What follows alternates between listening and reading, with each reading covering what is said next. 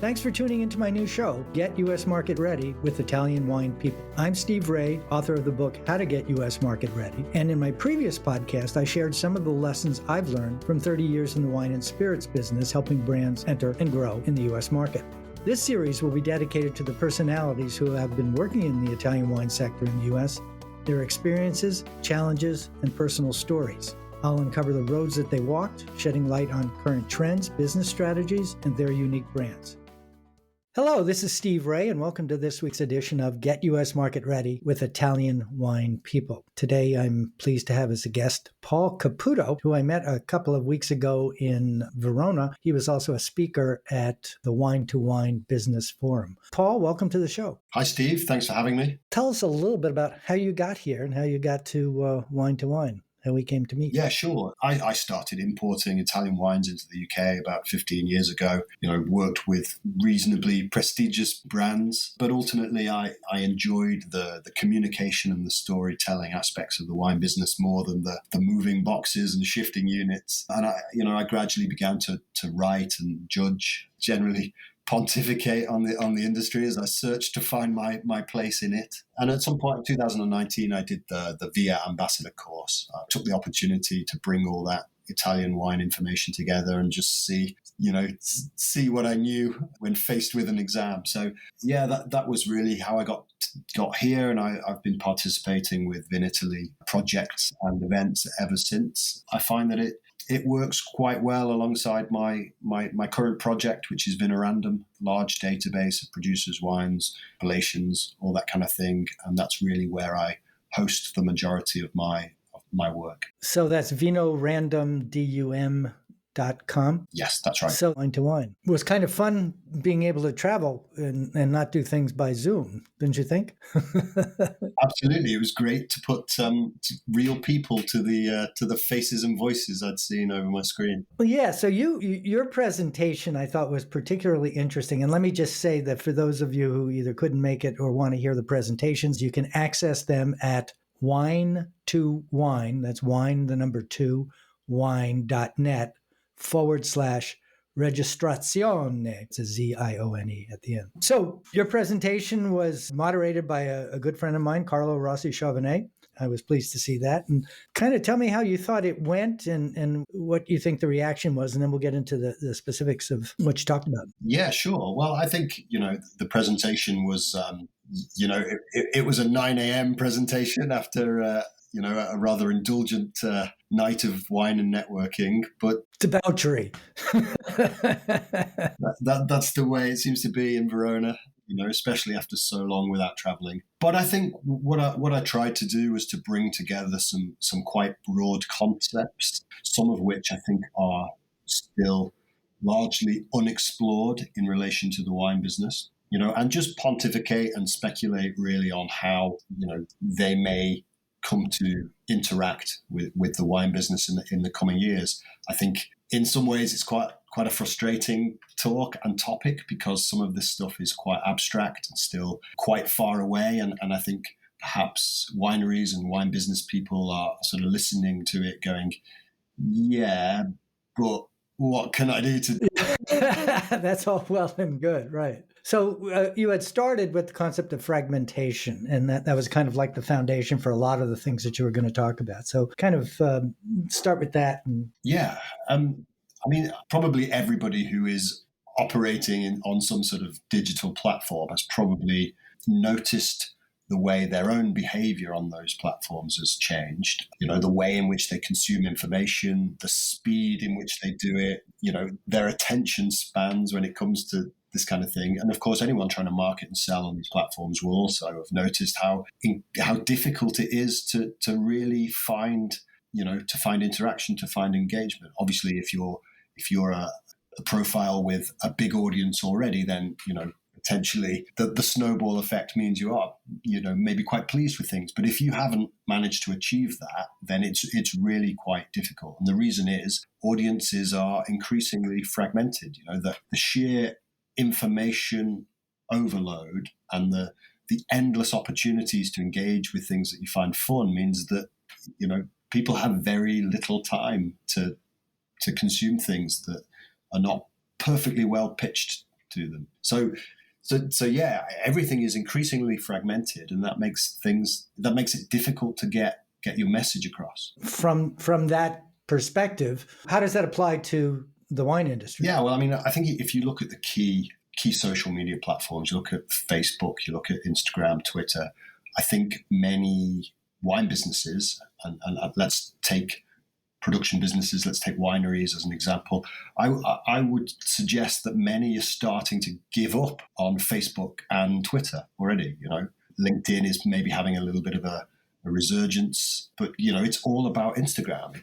It's all about putting out pictures and reels and video. And that's energy and effort is now increasingly concentrated just on that platform. And I think that shows you just how difficult it has become to get your message across on those other platforms that just a couple of years ago were obviously absolutely critical to any digital marketing effort. So how does it apply to the wine business? Well, I think that's what we're all, beginning to ask ourselves, what's next? If those difficulties have appeared with some of those star platforms, it's only a matter of time before we begin to get frustrated at the opportunities that Instagram is going to give us. We'll be looking to the next thing in many ways, and this is what I touched on in the presentation, is that in many ways audio is a new frontier, if you like. We're looking at Clubhouse, we're looking at potentially Twitter Spaces, we're looking at opportunities to engage online, but through a more intimate medium. So elaborate on that a little bit, because I'm not sure I agree with that. I think reading things it's easier to be a visual editor. I'm going to read this or I'm not going to read this. With audio, you kind of have to listen to get the sense of what's going on. And Clubhouse, while I participate in it, still isn't reaching anywhere near the level of reach that Instagram and Facebook have. But on the flip side, having worked in social media for a long time, we used to count Facebook fans and followers and that sort of thing. And what value does that number have as an absolute number? And the answer is very little on the surface of it. It's what's happening with the information that's being exchanged. Engagement is kind of the whole thing. You talk about audio being the next most important thing. How has that evolved from Facebook and Twitter and Instagram and the platforms that most of us are still very much engaged with today? Yeah, it's a good question. I think I'm not trying to suggest that one will replace the other, and not everything is meant for everyone all the time. But I think if you look at the development of audio and the opportunities it brings, you can go back to these quite nerdy, geeky podcasts, well over a decade ago now, and there were some great wine podcasts, incidentally. But you can now see where that really intimate experience of listening to a good quality audio show fits into your daily life. We're busier than ever before.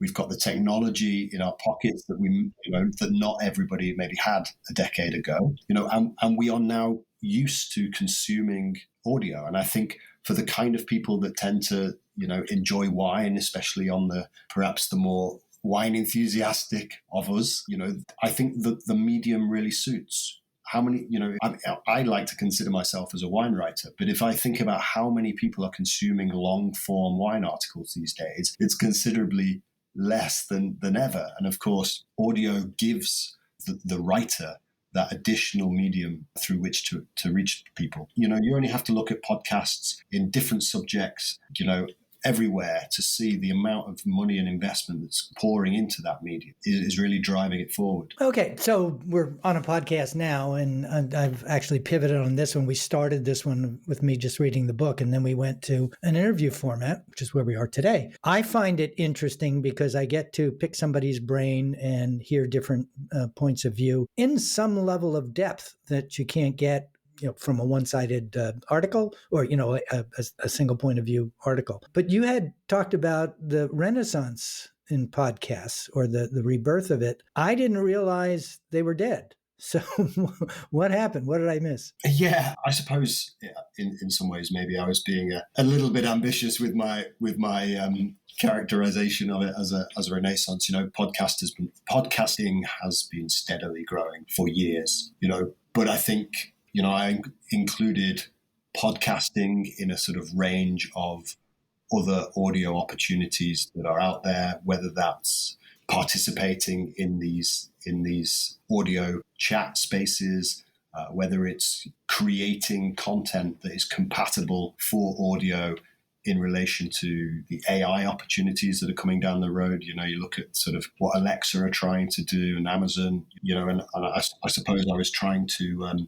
organize those ideas in line with, just how many wineries and wine businesses are making audio versions of their existing content with those kind of technologies in mind. And you're right, there's not a lot of it. That's kind of what's happening here. For me, if we're on that topic of what's coming down the line, the blockchain technology is really quite interesting because it's gaining massive attention worldwide, across different sectors, across finance, art, across, in all sorts of places, people are beginning to talk about this technology and its use cases. And there's so much money going into it that it's hard to ignore it. And yet there's this big disconnect with a lot of people, and we're all wondering, well, is it really the future, or is it, as we were talking before, away from this podcast, is it a case of emperor's new clothes? So that's, I think, a critical issue. I think there's two things going on here, and I'm still trying to wrap my head around it too, but I'm an old guy. So one is the idea of blockchain, and it's basically a chain of evidence, just like with the police dramas, to make sure that the blood samples from the victim, you can always track exactly who had it and when. It's similar in concept. But you're also dealing with a new form of currency, cryptocurrency, Bitcoin, and the like, which fundamentally is not any really different than the idea of a physical US dollar, for example, because we all have faith in that dollar, that it's worth something, and we assign a value to it. The same thing is true electronically. There may not be the US backing it, but that's really the function that blockchain technology supplies. This is not arguable. This is true and trackable and unchangeable. Okay, that's fine. Now you add in this new thing called NFTs. And as I mentioned earlier, there's an article in the Wall Street Journal this morning about NFTs as a new tool for marketers in the toolbox. And I want to read a quote which I think captured it very well. Somebody said, owning NFTs is like investing in cultural stock. It's kind of like you have skin in the game, right? And it's the fact that he ended that statement with a question like, I don't really understand this either, but this is my explanation. Does this make sense to you? That it's this function of everyone kind of believing, as you said, the emperor's new clothes, that such and such and such and such is true. Blockchain technology gives you proof of that in some manner, shape, or form. But what we're seeing is a lot of the NFT stuff is kind of like, how does something electronic that is ephemeral and not physical have value, like the person who bought what's his name's artwork for $6 million or more? Can you respond to that? Because I don't understand all this. Yeah, I mean, okay, so a lot to unpack there. I suppose the first thing to say is, look, I'm by no means an expert on blockchain technology or NFTs. However, reading between the lines and sort of trying to think what the logical progression of some of this stuff is, I think, we can begin to identify some use cases in the wine business. I suppose I like to come at this conversation from the position of, the idea that we as individuals have a digital identity. For some people, it may only be having an Instagram profile.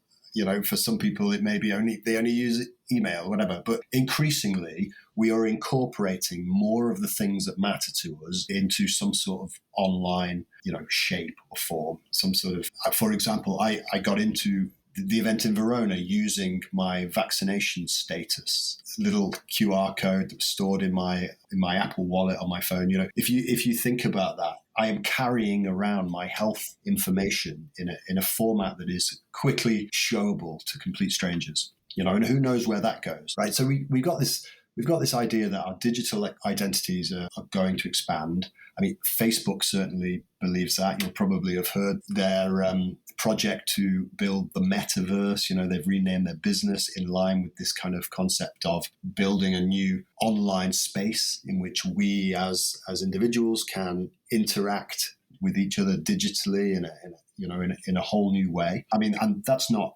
new, by the way. There's things like Decentraland at the moment, which is it's almost like, for those that haven't heard of it, if you sort of think back to these games like The Sims, where you see little sort of like virtual people wandering around, sort of seemingly doing nothing. These spaces are growing and they exist, and of course there is obviously money to be made by servicing the characters and the identities within that space.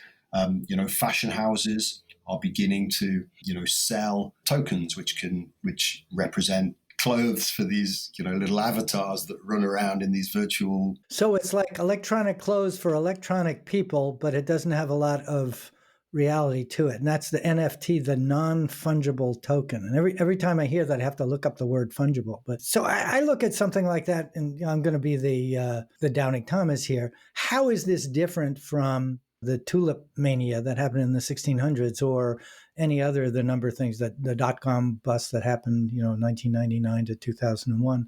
And there's a lot more money in it. I mean, we're talking about orders of magnitude in terms of billions of dollars that people are spending and investing and agreeing that this currency is worth, and making evidently a whole lot of money. Within that concept, without kind of saying, well, I don't understand it, therefore I don't believe in it, some of the fundamental tools are old technology that seem to have come to a new life again. And I use one, you mentioned it, the QR code. I always thought QR code was dead, that advertising agencies killed it about 10, 15 years ago when they slapped it on everything, and all it did was take you to a destination that was the homepage of a given website. Nobody wanted to go there, so nobody used the QR codes. And I think we all felt, well, it's dead. No one's going to use it. Now, you just mentioned it. It's, at least in Europe, you can use it as your digital vaccination validation. In the US, you can't. You might be able to bring up a photo, but all it is an image of a piece of paper.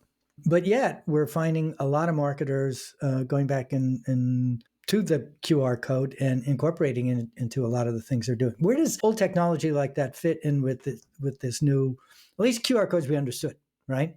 If you click on this, it will take you to a certain page. NFTs, I'm not sure I understand it. So talk about QR codes. Yeah, well, I mean, I think you've got to remember that when these ideas begin to, they begin to emerge and people start to experiment with them and they start to use them.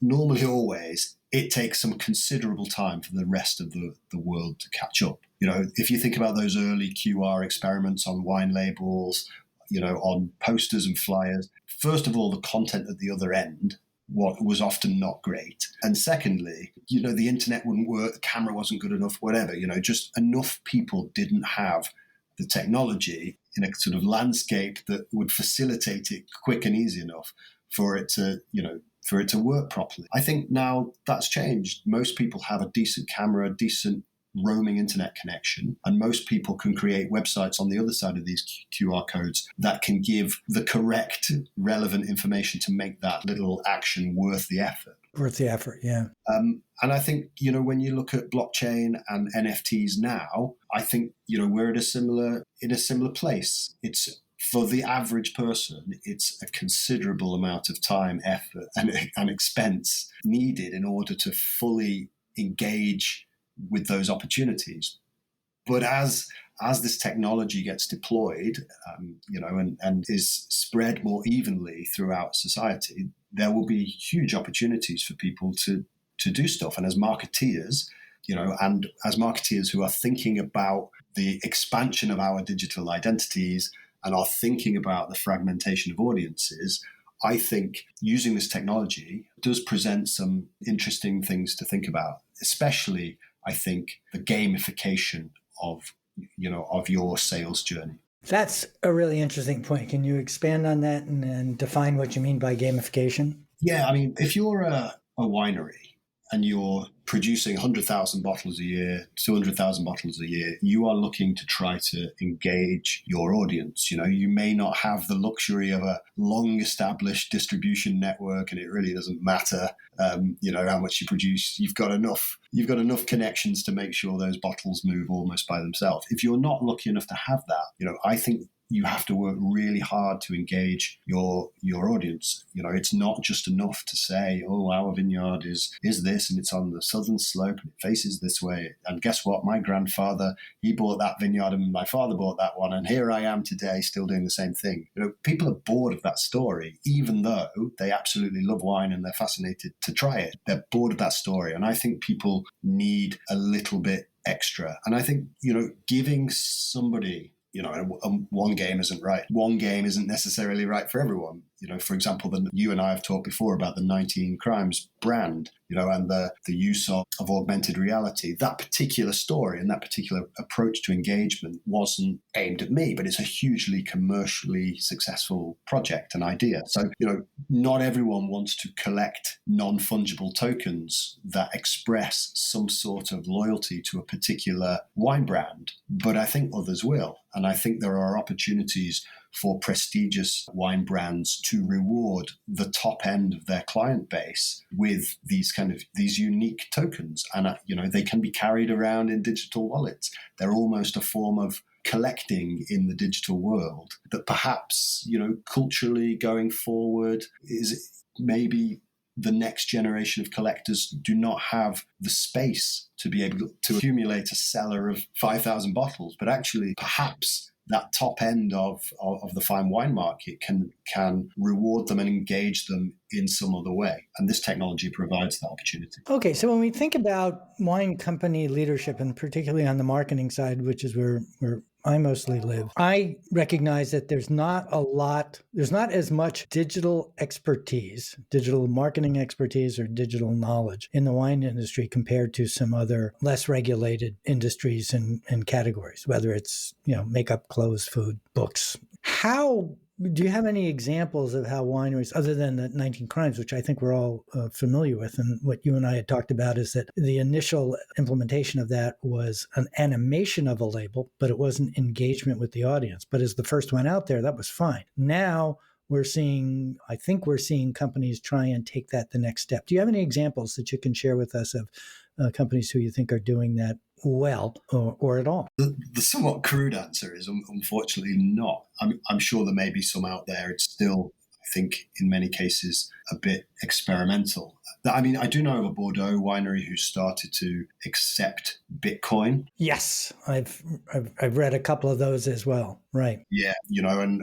okay, we haven't really delved into the sort of just casual business process opportunities that this technology provides. Perhaps that's one for another time. But I do think if you look back at some of the top wine brands, and, for example, take Bonalaya.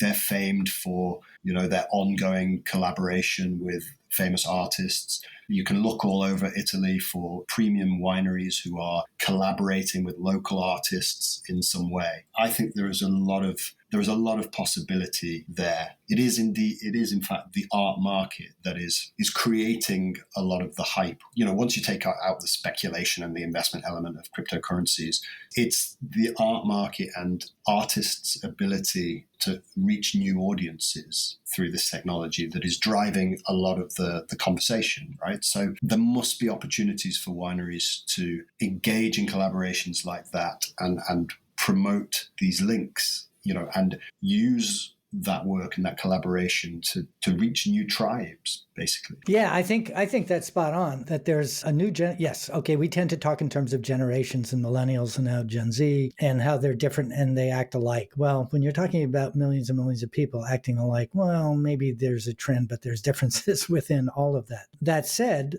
they're coming to wine through a different route than in older generations, either Gen X or even the boomers. It was through print media, influence of friends, and so forth. Now, all that's exploded, to your point about fragmentation. Now we have this new generation of people who go to different places, aren't necessarily, subscribing to magazines, aren't reading those types of authoritative publications where owning the printing press kind of defined control of the message. Now anyone can be a publisher because anyone can publish anything on any platform. Challenge is getting them to listen to it. So we have this whole new generation of people who may not know anything about wine, but they understand the foundation of the world that they're living in, whether it's cryptocurrency, whether it's non-fungible tokens, whether it's anything like that. It's a way for them to gather and discuss things that are of mutual interest when you may not even be able to gather at the same time. So you're gathering asynchronously, and you're not doing it in real life. You're doing it virtually. So the pandemic, I think, that's what we all know, right? It's Zoom conversations and those kinds of things, but you're missing the physical element. But for the last 2 years, that's kind of what we've all been living with. I think that's kind of going to define where we're going in the future. And I think that's kind of what you're saying. Am I right about that? Yeah.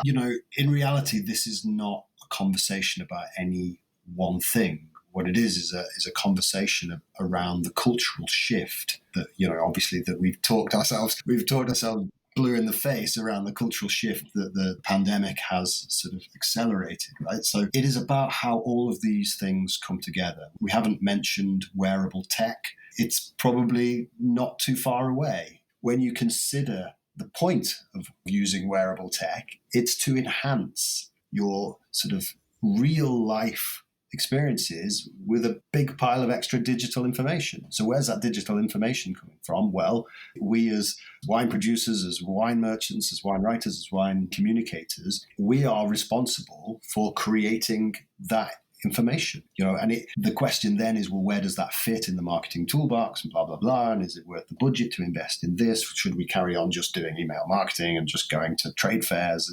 I think all of this stuff sort of working together is what provides the opportunity. All right, so let's cut to the chase on a practical question. I was just talking with someone who I happened to meet at the Wine to Wine Business Forum, and she was talking about the importance of the U.S. market and how they're going to be doing some new things, and digital marketing is going to be important more than just Facebook fans and followers, and e-commerce is a big piece of that. There's a huge disconnect between knowledge and appreciation of that as a possibility and the actual things that you can participate with in the United States. So whether it's GoPuff, whether it's Amazon, whether it's wine.com, whether it's Drizzly, all of these new ways of buying and sharing and conversing about wine, it's inevitable that we're all going to change. What's, I guess, very difficult now, has always been the case, is to look into the future and see what that's going to be. But when I talked about the practicalities of all of these things to this person, all of a sudden it was like,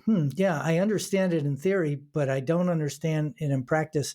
And I need somebody to show me, not explain it to me, but to show me how this works in terms that I understand as a marketer. So the question becomes, is the export manager position changing? And what role does the digital evolution and fragmentation play in changing the job specs? I mean, I'm not an export manager, so I have no doubt there'll be plenty of export managers telling me I don't know what I'm talking about, and I will take that criticism on board, right? But I think that role is changing. There is no doubt that the wine industry is still a relationship business, but I think the way in which relationships are made and maintained must be different than it was 5 years, 10 years ago, 5 years ago.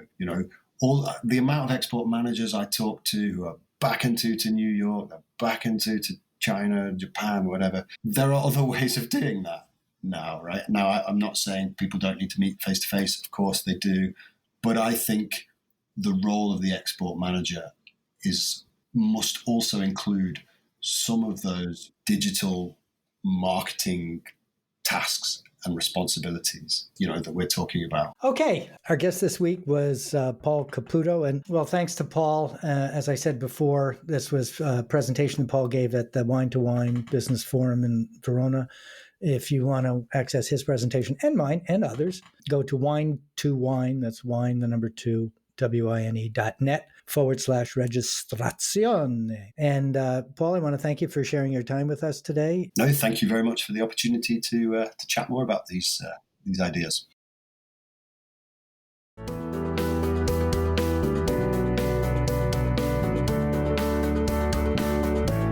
This is Steve Raye. Thanks again for listening on behalf of the Italian Wine Podcast.